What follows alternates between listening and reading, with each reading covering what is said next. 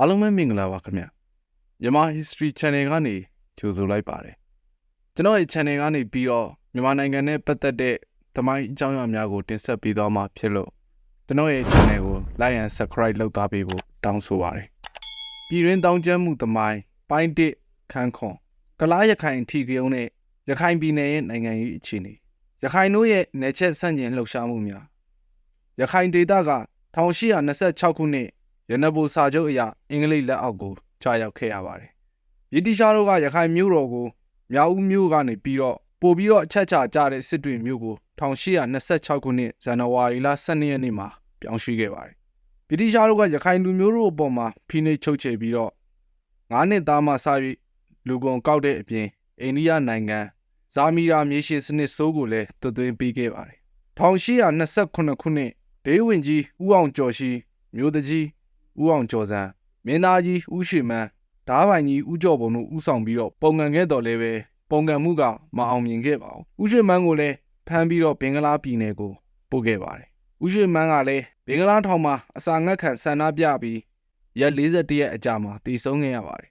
1829ခုနှစ်ဦးသောင်မောင်ခေါင်းဆောင်ပြီးတော့တန်တွဲမှာတပုံထားခဲ့လို့ဗြိတိရှတပ်မှူးဂေါ်ရင်ကြာဆုံးခဲ့ရပါတယ်ဗြိတိရှတပ်ခွဲ9ခုနဲ့တိုက်ခိုက်လို့1830ပြည့်နှစ်မှာရခိုင်မှာတပုံများငြိမ်သက်သွားခဲ့ရပါတယ်။ဒါပေမဲ့လည်း1831ခုနှစ်1836ခုနှစ်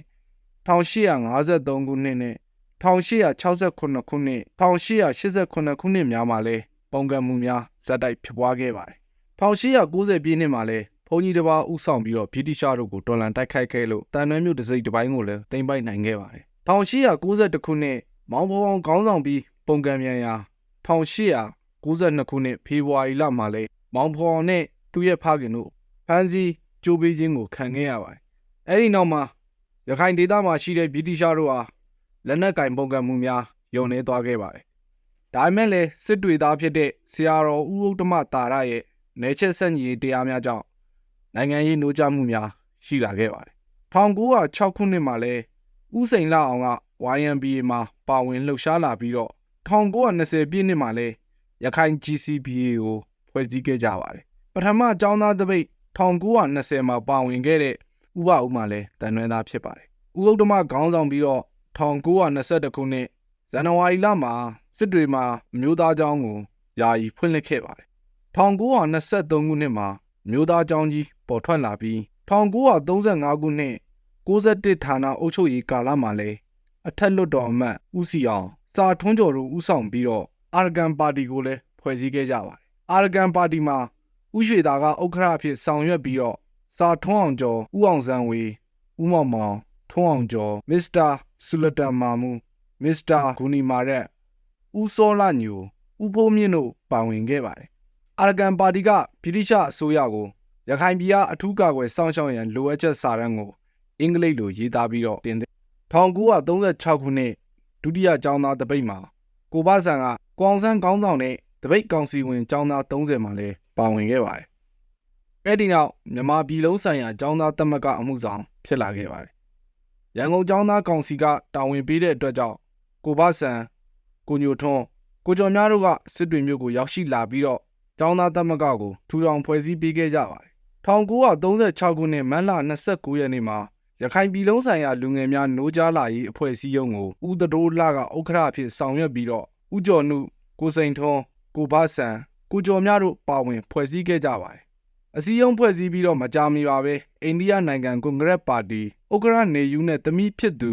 အိန္ဒရီယာဂန္ဒီတို့လာရောက်ပြီးတော့အစည်းအရုံးနဲ့ပတ်သက်ပြီးတော့ဆွေးနွေးခဲ့ကြပါတယ်1300ပြည့်အရေးတော်ပုံမှာလဲရခိုင်မျိုးချစ်များပါဝင်လှုပ်ရှားခဲ့ကြပါတယ်ဘိုးအောင်ကျော်ကြာဆုံးစဉ်ကလည်းကိုဘဆန်ကိုရွှေမောင်ကိုအောင်ဆန်ရှိတို့လည်းဒဏ်ရာရရှိခဲ့ကြပါတယ်ရခိုင်ပြည်လုံးဆိုင်ရာလူငယ်များနိုးကြားရေးအစည်းအရုံးကိုရုပ်သိမ်းပြီးတဲ့နောက်မှာအဖွဲ့အစည်းတစ်ခုတည်းဖြစ်လာစေရန်အတွက်မင်းများသခင်ကျော်ရလှထွန်းအောင်နဲ့သခင်ဘိုးလာတို့ကစီယုံခဲ့ကြပါတယ်1934ခုနှစ်မတ်လ2ရက်နဲ့3ရက်နေ့မှာရခိုင်တိုင်းရင်းသားအစည်းအရုံးကြီးအမည်နဲ့မင်းများညီလာခံမှာစတင်ဖွဲ့စည်းခဲ့ပါတယ်ရခိုင်တိုင်းရင်းသားအစည်းအရုံးမှာဥက္ကဋ္ဌဖြစ်ဦးအောင်ထွန်းဦးကဆောင်ရွက်ပြီးတော့ဦးဆန့်ရွှေဦးရွှေစံဦးဦးဘဆန်ဦးကျော်နုဦးထွန်းဝင်းဦးအောင်ထွန်းမြသခင်ဘိုးလာ သခင်အိုးလောင်ဥပတာဥစောလဖြူဥကျော်ဦးတို့ပါဝင်ကြပါတယ်။နယ်ချက်တိုက်ဖြတ်ရေးလေသမားအရေးစက္ကူတိုက်ဖြတ်ရေးပြည်မနဲ့ရခိုင်ညီညွတ်စွာနယ်ချက်ကိုစန့်ကျင်တိုက်ဖြတ်ရေးများကိုဖော်ဆောင်ဆုံးဖြတ်ခဲ့ကြပါတယ်။1940ပြည့်နှစ်ပေါတော်ညီလာခံမှာသခင်စိုးနဲ့သခင်ဘာတော်တို့တက်ရောက်ပြီးတော့မိန့်ခွန်းပြောကြားခဲ့ပါတယ်။1942ခုနှစ်ကြောက်တော်ညီလာခံကိုကျင်းပရာပြည်မကနေပြီးတော့ဥပဝင်းနဲ့ဒေါ်မြစိန်တို့တက်ရောက်လာကြပါတယ်။ရခိုင်မျိုးသားကွန်ဂရက်အဖွဲ့ဝင်များညီလာခံကျင်းပနေစဉ်မှာဖမ်းခံရပြီးတော့အိန္ဒိယနိုင်ငံကိုမီလာထောင်ကိုအပို့ခံခဲ့ကြရပါတယ်။1942ခုနှစ်မှာသခင်တင်မြနဲ့သခင်ခင်အောင်တို့တက်ရောက်လာပြီးတော့ဗြိတိရှတို့ကိုလက်နက်ကင်တိုက်ခတ်ရေးကိုဆွေးနွေးခဲ့ကြပါတယ်။ရခိုင်ပြည်လုံးဆိုင်ရာတိုင်းရင်းသားအစည်းအရုံးကြီးရဲ့ခေါင်းဆောင်များဖြစ်ကြတဲ့ဦးအောင်ကျော်ဦးအောင်ထွန်းဦးနဲ့ကိုပါစံတို့ကနေချက်တိုက်ဖြတ်ရေးကိုညှင်းပယ်လိုက်ကြပါတယ်။အဲ့ဒီနောက်မှာတော့သခင်တင်မြကဦးပညာတီဟာဦးသိန်းအောင်ကိုမြဘုံပေါက်တာကျော်တို့နဲ့စစ်တွေမျိုးဦးဥဒ္ဓမလန်းတကိုးကြီးဖုံးတော်ကြီးကျောင်းမိမဇရက်မှာလှုပ်ဝက်စွာဆွေးနွေးခဲ့ကြပြန်ပါတယ်။အဲ့ဒီအချိန်မှာဒေါက်တာဘာမော်ရဲ့ဝန်သားနုဂိုင်းနဲ့ဒုဗမာအစည်းအဝေးသခင်များပူးပေါင်းပြီးတော့ဗမာထွက်ရက်ကိုင်းကိုဖွဲ့စည်းဖြစ်ပါတယ်။နေချက်စန့်ကျင်စာရန်များကို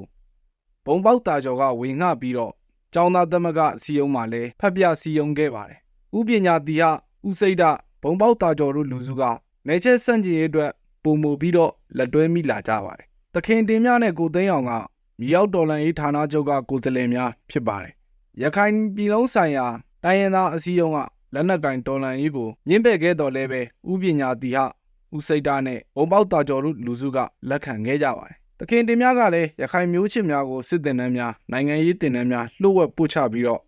့ရခိုင်မျိုးချစ်အချို့မှာမဝါဒမြစ်တွေလာကြပါတယ်။ဒုတိယကမ္ဘာစစ်ကြီးဖြစ်ပွားပြီ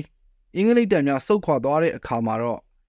့ရခိုင်တို့ကကရင်စစ်မင်းများကိုကူညီခြင်းလက်နက်ခဲယမ်းများတိုးဝက်ခြင်းတို့ကိုဆောင်ရွက်ခဲ့ပါ1942ခုနှစ်မတ်လ23ရက်နေ့မှာဂျပန်လေယာဉ်တွေကစစ်တွေမြို့ကိုဘုံကျဲတိုက်ခိုက်ခဲ့ပါတယ်စစ်တွေရေးပိုင်းဦးကျော်ခိုင်နဲ့အုပ်ချုပ်ရေးအဖွဲ့ကစစ်တွေမြို့ကနေပြီးတော့ဘူးသီးတောင်မြို့ကိုပြောင်းရွှေ့သွားကြပါတယ်ကလားရခိုင်အထီးကယုံဖြစ်ပွားလာခြင်းအင်္ဂလိပ်လက်အောက်ကိုရခိုင်ဒေသရောက်ရှိသွားစဉ်ကပင်စစ်တကောင်းကလားများကရခိုင်ဒေသတွင်းကိုအလုံးအင်းနဲ့ဝင်ရောက်လာခဲ့ကြပါတယ်အင်္ဂလိပ်ဆိုရကမြေရိုင်းဝေငှရေးဥပဒေကိုပြဋ္ဌာန်းလိုက်တဲ့အခါမှာတော့စစ်တကောင်းကလားများကဘူးသီးတောင်မောင်းတော်မင်းများမြေပုံစတဲ့မြို့ကြီးများကိုအလုံးရင်းနဲ့ရွှေ့ပြောင်းလာကြပြီးတော့မြေရိုင်းများကိုရှင်းလင်းလုပ်ကင်လာကြပါတယ်မွတ်စလင်ဘာသာဝင်စစ်တကောင်းကလားများကရခိုင်ဒေသမြောက်ပိုင်းမှာရှိတဲ့ကြီးရွာများမှာထူထောင်နေထိုင်ကြကြောင်းဘာမာဂေဇက်စတီယာစာရွက်စာတမ်းများမှာခိုင်မာစွာတွေ့ရှိခဲ့ရပါတယ်1832ခုနှစ်မှာစစ်တွေခရိုင်မှာလူဦးရေ3သိန်းကျော်သာရှိတော်လဲပဲ1942ခုနှစ်မှာလူဦးရေ9သိန်းကျော်ကိုတိုးပွားလာခဲ့ပါတယ်အများစုကတော့ဒေသခံရခိုင်များမဟုတ်ဘဲနဲ့စစ်တွေခရိုင်ဘူးသီးတောင်မောင်းတော်ဒေသများကမွတ်စလင်ကလားဥယျာဉ်မှာ3သိန်းကျော်အထိဖြစ်လာခဲ့ပါတယ်အင်္ဂလိပ်တပ်များရခိုင်ဒေသကိုဆုတ်ခွာလာစဉ်မတည်ယူနိုင်ခဲ့တဲ့လက်နက်ခဲယမ်းတွေကရခိုင်များနဲ့ကလားများအတွင်းမှာပြန့်နှံ့သွားခဲ့ပါတယ်အဲ့ဒီအချိန်မှာစစ်တွေရေးပိုင်းဦးကျော်ခိုင်ကလည်းတနေရာထဲမှာအခြေမချဘဲနဲ့ဗြိတိရှစစ်ရေးရင်ဖြင့်လှည့်ပတ်ပြီးတော့ငြိမ်ဝတ်ပြည်ပြရေးကိုဆောင်ရွက်နေပါတယ်စစ်တွေမြို့ပေါ်မှာလည်းဗြိတိရှစစ်တပ်ကရာဇဝတ်ကလားများကစီးမဲ့ကမ်းမဲ့တိုက်ခိုက်ရန်ကားလေးရရှိပါတယ်အဲ့ဒီအချိန်မှာဥပညာတီဟာနဲ့ကိုလာကျော်တို့ကဗြိတိရှတပ်ကနေပြီးတော့လက်နက်ခဲယမ်းများခိုးထုတ်ပြီးတော့ရခိုင်လူမျိုးများလက်ထဲကိုဖြန့်ဝေပေးခဲ့ပါတယ်လက်နက်ကင်ကလားများကလည်းထိမ့်မရသိမ့်မရဖြစ်လာပါတယ်လက်နက်ကင်ရခိုင်များကလည်းအင်္ဂလိပ်စစ်ဘင်းများကိုတိုက်ခိုက်လူရဲရမှကလားများအထိပါတိုက်ခိုက်လူရဲလာပါတယ်ကလားများကလည်းရခိုင်လူမျိုးတို့အားလူရဲတပ်ဖြတ်ခြင်းများပြုလုပ်လာကြပါမြေပုံမြို့နယ်မှာရှိတဲ့ရချောင်းကြီးကျေးရွာကတကြီးသားဖကိုကလားလူမျိုးများကဝင်ရောက်တပ်ဖြတ်လိုက်ကြပါတယ်တိန်းကျော်အောင်နဲ့မောင်ကျော်ရတို့ခေါင်းဆောင်တဲ့ရခိုင်များကလည်းကလေးသားချီတဲ့အနေနဲ့ရချောင်းကြီးရွာကိုတိုက်ခိုက်ဖျက်ဆီးပြီးတော့မိတင်ရှို့လိုက်ရကနေပြီးတော့ကလားလက်နက်ကင်နဲ့ရခိုင်လက်နက်ကင်တို့တိုက်ခိုက်မှုသည်လူမျိုးရေးအထီးကယုံတင်ကိုကူးပြောင်းသွားခဲ့ပါတယ်။ IC ရဲ့ဦးကျော်ခိုင်နဲ့ဘူးသီးတောင်မြို့ဂူရာပြင်ကြီးရွာမှာရှိတဲ့စစ်ဘေးစစ်တမ်းခိုးလုံနေရာကနေပြီးတော့စစ်တွေမြို့မှာရှိတဲ့ကလားတထေးကြီးမာရတန်တင်ပီကိုအထီးကယုံကိစ္စဆွေးနွေးရန်ဖိတ်ကြားခဲ့ပါတယ်။ဒါပေမဲ့လည်းမာရတန်တင်ပီကဦးကျော်ခိုင်ထံကိုရောက်လာခြင်းမရှိခဲ့ပါဘူး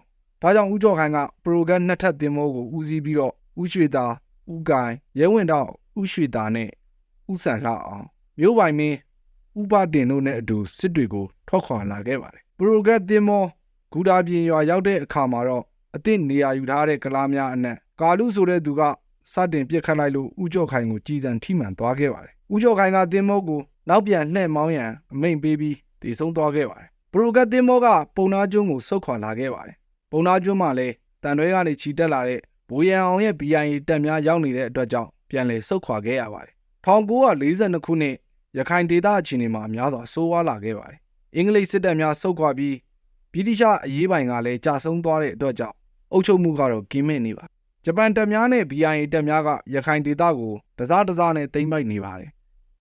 ဒါပေမဲ့လည်းအုပ်ချုပ်ရေးစနစ်ကတော့တိတိကျကျမထူထောင်နိုင်ခဲ့ပါဘူးဒါကြောင့်ကလားရခိုင်အထီးကရုံးကများစွာကြီးမားကျယ်ပြန့်လာပါတယ်မြေပုံမင်းများပေါတုံးမြို့ဟောင်းနဲ့ကြောက်တော်ဒေသများမှာရခိုင်များအရေးတာနေတော်လဲဘူးသီးတောင်မောင်းတော်ရသေ့တောင်မြို့နယ်များမှာကလားများကအရေးတာခဲ့ပါတယ်ဘူးသီးတောင်မောင်းတော်ရသေ့တောင်မှရခိုင်ဒိုင်းနဲ့တက်စတဲ့တိုင်းရင်းသားများကကြီးရွာများကိုစွန့်ပစ်ပြီးတော့ရခိုင်ဒေသတောင်ပိုင်းကိုထွက်ပြေးလာရပါတယ်ဘိုးရန်အောင်ရဲ့ BIA တပ်ဘိုးရန်အောင်ရဲ့ BIA တပ်မတော်ကတောင်ကုန်းလမ်းတိုင်းဝင်ရောက်ခဲ့ရာရခိုင်လူငယ်များစွာက BIA တပ်သားများဖြစ်လာကြပါတယ်ကိုမြဘုံပေါက်တာကျော်တမ်မဏိတက်ဗိုလ်ချုပ်တာထုံးကိုဘဆန်စတဲ့ရခိုင်ခေါင်းဆောင်များက BIA တပ်နဲ့ပူးပေါင်းဆောင်ရွက်ကြပြီးတော့မြို့ပြအုပ်ချုပ်ရေးမှာတာဝန်ယူကြပါတယ်ရခိုင်တိုင်းရင်းသားစီယုံရေးဥက္ခရဦးတာဇန်လှဒုတိယဥက္ခရဦးအောင်ထုံးဦးတို့ကစစ်တွေမြို့ကိုသိမ်းပိုက်ရန် BIA နဲ့အတူလိုက်ပါလာကြပါတယ်ဘိုးရန်အောင်ရဲ့ BIA တပ်များကဂျပန်တပ်များထက်2ရက်စောပြီးတော့1942ခုနှစ်မေလ9ရက်နေ့မှာစစ်တွေမြို့ကိုသိမ်းပိုက်နိုင်ခဲ့ကြပါတယ်စစ်တွေမြို့ကိုသိမ်းပိုက်ပြီးတဲ့နောက်မှာတော့ BIA တပ်သားအင်အားမှာပုံမူပြီးတော့တိုးပွားလာခဲ့ပါတယ်ရခိုင်ခေါင်းဆောင်များတူဝတ်ထားတဲ့လက်နက်များကလည်းအင်္ဂလိပ်တပ်များကိုတိုက်ခိုက်ရေးထက်ကလားများကိုတိုက်ခိုက်ရန်သာဖြစ်လာခဲ့ပါတယ်ဘူးသီးတောင်မြို့မှာလည်းကလားများကတိုက်ခိုက်နေတဲ့အတွက်ကြောင့်ကရင်လက်နက်ကင်တပ်စုတစုနဲ့မြို့ခံလက်နက်ကင်ဆောင်သူများကခုခံနေရအရေးနှိမ်လာခဲ့ပါတယ်ဒါကြောင့်စစ်တွေမှာရှိနေတဲ့ဘူရန်အောင်ထံကိုစစ်ကူပေးရန်တောင်းဆိုခဲ့ရပါတယ်ဘူရန်အောင်ကလည်းရခိုင်ပြည်လုံးဆိုင်ရာတိုင်းရင်းသားအစည်းအရုံးခေါင်းဆောင်ဦးတာဇန်လှဦးပညာသီရိမွတ်စလင်အမျိုးသားဦးဘိုးခိုင်ဦးရစင်တို့ပါဝင်တဲ့ငြိမ်းချမ်းရေးအဖွဲ့ကိုဘူးသီးတောင်ကိုဆေလွတ်လိုက်ပါတယ်ငြိမ်းချမ်းရေးအဖွဲ့ကရန်ကြီးအောင်အမည်ရှိတဲ့သင်းမောနဲ့အတူရသေ့တောင်ကနေတဆင့်ဘူးသီးတောင်ကိုထွက်ခွာသွားပါတယ်ဘူရန်အောင်ကလည်းဘူရန်နောင်နဲ့ဘူမျိုးညွန့်တို့ခေါင်းဆောင်တဲ့တပ်စုကိုလည်းမောင်းတော်ကိုဆေလွတ်လိုက်ပါတယ် BIA ခေါင်းဆောင်များမောင်းတော်မြို့မှာတရားပွဲကျင်းပနေကြစဉ်မှာပဲကလားများကအလင်းငိုက်ဝင်ရောက်တိုက်ခိုက်ခဲ့လို့ဘူရန်နောင်နဲ့ဘူမျိုးညွန့်အပါဝင်တပ်စုတစုလုံးကြာဆုံးသွားခဲ့ရပါတယ်ဘူးသီးတောင်နဲ့မောင်းတော်မှာအထီးကရုံးများပုံမှုပြင်းထန်လာပြီးတော့ရခိုင်မျိုးသားများယာနဲ့ချီပြီးတော့တည်ဆုံးခဲ့ရပါတယ်ဘူးသီးတောင်မောင်းတော်မှာရခိုင်လူမျိုးများပိတ်မိနေတဲ့အတွက်ကြောင့်ငြိမ်းချမ်းရေးအဖွဲ့ကလည်းဘယ်လုံမှမတက်နိုင်ခဲ့ပါဘူးဦးပညာသီဟကဘူးသီးတောင်မှာရှိတဲ့ရခိုင်များကိုကလားအန်ရမှာကယ်တင်နိုင်ရန်လက်နက်အင်အားဖြည့်တင်းပေးရန်ဘူရန်အောင်ထံကိုအကူအညီတောင်းခံခဲ့ပါတယ်ဘူရန်အောင်ကလည်းအင်္ဂလိပ်စစ်တပ်မှကြံရစ်ခဲ့တဲ့လက်နက်ခဲယမ်းများကိုဘူးသီးတောင်ကိုပို့ရန်ကိုထွန်းညိုအားတာဝန်ပေးခဲ့ပါတယ်ဒါပေမဲ့လည်းဂျပန်စစ်တပ်ကသတင်းရသွားတဲ့အတွက်ကြောင့်ဂျပန်စစ်တပ်ကလက်နက်ခဲယမ်းများကိုပြန်လည်သိမ်းဆည်းသွားခဲ့ပါတယ်ဘူရန်အောင်ကလည်းအကြိမ်ကြိမ်ဖြည့်ရှင်းပြီးမှကိုထွန်းညိုကိုဂျပန်များကဖမ်းဆီးခြင်းမပြုခဲ့ပါဘူးဘူရန်အောင်ကလည်းဘူးသီးတောင်မောင်းတော်ကိုသိမ်းပိုက်ရန်ရခိုင်ခေါင်းဆောင်များနဲ့တိုင်ပင်ပြီးတော့ကိုယ်စားလှယ်အဖွဲ့တစ်ဖွဲ့ကိုစေလွှတ်လိုက်ပါတယ်ဒါပေမဲ့လည်းဘူရန်အောင်ရဲ့ကိုယ်စားလှယ်အဖြစ်စေလွှတ်ခြင်းခံရတဲ့ဗမာစစ်ဗိုလ်တအူးနဲ့ရခိုင်တပ်ချက်ကြီးတအူးကိုမွတ်စလင်ကလားများကတပ်ဖြတ်လိုက်ကြပါတယ်မောင်းတော်နယ်ကရခိုင်များကအိန္ဒိယကိုထွက်ပြေးသွားတဲ့အတွက်ကြောင့်ကလားများရဲ့လက်ကနေလွတ်မြောက်သွားခဲ့ရပါတယ်ဘူးသီးတောင်ကတော့ကလားများရဲ့ဝိုင်းရန်တိုက်ခိုက်ခြင်းကိုခံနေရပါတယ်ဘူရန်အောင်ကရခိုင်ခေါင်းဆောင်များအပါအဝင် BIA တပ်ခွဲ2ခွဲနဲ့1942ခုနှစ်ဇွန်လအတွင်းမှာဘူးသီးတောင်မောင်းတော်ကိုတင်မောဖြင့်ချီတက်သွားကြပါတယ်ဘူးသီးတောင်ဒီကလားများရဲ့တိုက်ခိုက်မှုကိုမတွေ့ရဘဲနဲ့ချောမောစွာရောက်ရှိလာပါတယ် BIA တပ်ကပလိများထံကနေလက်နက်တွေသိမ်းဆည်းပြီးရခိုင်အုပ်ချုပ်ရေးအဖွဲ့ကဗန်တိုက်မှငွေများကိုသိမ်းပိုက်လိုက်ပါတယ်ငွေချို့ကိုစစ်ပြေးဒုက္ခသည်မျှဝေပြီးလိုက်ပါတယ်ကလားများကဘူးသီးတောင်မှာရှိတဲ့ BIA တပ်အား3ကြိမ်လောက်လာရောက်တိုက်ခိုက်ရာအကြဆုံးများစွာနဲ့စုခွာထွက်ပြေးသွားပါတယ်ဘူရန်အောင်နဲ့ရခိုင်ခေါင်းဆောင်များမွတ်စလင်ခေါင်းဆောင်များကလည်းအထီးကရုံးပြည်ငင်းရေးအတွက်စ조사ကြတော့လဲမအောင်မြင်ခဲ့ပါကလားများကအင်္ဂလိပ်ဒီဝီဇန်တပ်များချီတက်လာနေကြောင်း ဝါဒဖြန့်ရာရခိုင်ခေါင်းဆောင်များကလည်း BIA တပ်ကိုမောင်းနှောမှဆုတ်ခွာခြင်းမပြုရန်ဝိုင်းဝန်းတားမြစ်ခဲ့ကြပါတယ်။အဲ့ဒီချိန်မှာဂျပန်များက BIA ကိုဖျက်သိမ်းရန်စီစဉ်နေတဲ့အတွက်ကြောင့် BIA တပ်များအားလုံးရခိုင်ကိုစုရုံးကြရန်အမိန့်ထုတ်ထားတဲ့အချိန်လေးဖြစ်နေပါတယ်။1942ခုနှစ်ဇွန်လ26ရက်နေ့မှာဗိုလ်ရန်အောင်နဲ့ BIA တပ်များကဘူးသီးတောင်မြို့ကိုစွန့်လွတ်ပြီးတော့မီးတင်မောနဲ့စတင်ဆုတ်ခွာလာကြပါတယ်။မြို့ပေါ်ကနေစစ်ပြေးဒုက္ခသည်များကိုလည်း BIA တပ်နဲ့အတူလိုက်ပါနိုင်ရေးကြိုးစားခဲ့ကြပါတယ်။ BIA တပ်များဆုတ်ခွာလာတဲ့အချိန်မှာတော့မြို့သူမြို့သားများကကလားတို့အန်ရမှလွတ်မြောက်ရန်အတွက်စက်ပြက်နေတဲ့အတွက်ကြောင့်အသုံးမပြုသည်မှာကြာပြီဖြစ်သောမီးတင်မောတစ်စီးနဲ့ထွက်ပြေးရန်ကြံစီကြပါတယ်။အဲ့ဒီတင်မောကလည်းဘူးသီးတောင်စိတ်ကမ်းကဂိုက်20အကွာမှာပဲရုတ်တရက်နစ်မြုပ်ပြီးတော့လူပေါင်း400ကျော်သေဆုံးသွားခဲ့ရပါတယ်။တင်မောပေါ်မှာပါသွားတဲ့လူ90ခန့်လွတ်မြောက်အသက်ရှင်ရမှာလဲဥပညာတီဟာလည်းအပါဝင်ဖြစ်ပါတယ်။ဘူရန်အောင်ကတင်မောနဲ့မင်းများပေါတော်ပုံနာကျွန်းမြို့ဟောင်းကြောက်တော်မြို့များကိုလှည့်ပတ်ပြီးတော့လွတ်လပ်ရေးအတွက်လှည့်လည်စည်းရုံးခဲ့ပါတယ်။ဘူရန်အောင်ကြီးကိုဘိုးသူရရဲဘော်သားထွန်းအောင်ဘိုးအာလာဝကဘိုးရဲလာတို့ကိုမြို့ဟောင်းကိုအတီးတီးဆေလွတ်ခဲ့ပါတယ်။ဘူရန်အောင်ကစစ်တွေခရိုင်မှာအဓိကလှုပ်ရှားခဲ့ပြီးတော့ဘိုးမင်းကောင်ကတန်ရွဲခရိုင်ကိုရောက်ရှိလာခဲ့ပါတယ်။အဲဒီနောက်ဘူရန်အောင်ရဲ့ BIA တပ်များကကွာဘောမီလန်အတိုင်းရန်ကုန်ကိုပြန်လည်ဆုတ်ခွာသွားခဲ့ရပါတယ်။ကလားရခိုင်ထီကရုံးမှာရခိုင်ဒေသတောင်ပိုင်းကိုအစုလိုက်အပြုံလိုက်စုတ်ခွာထွက်ပြေးရတဲ့အတွက်ကြောင့်အနှဲငယ်ပြင်းကြီးသွားခဲ့ရပါတယ်။ရခိုင်ဒေသမြောက်ပိုင်းမှာကလားများကြီးစိုးလာပြီးတော့မူဂျာဟစ်တောင်းကျမ်းမှုရဲ့အစပင်ဖြစ်ပါတယ်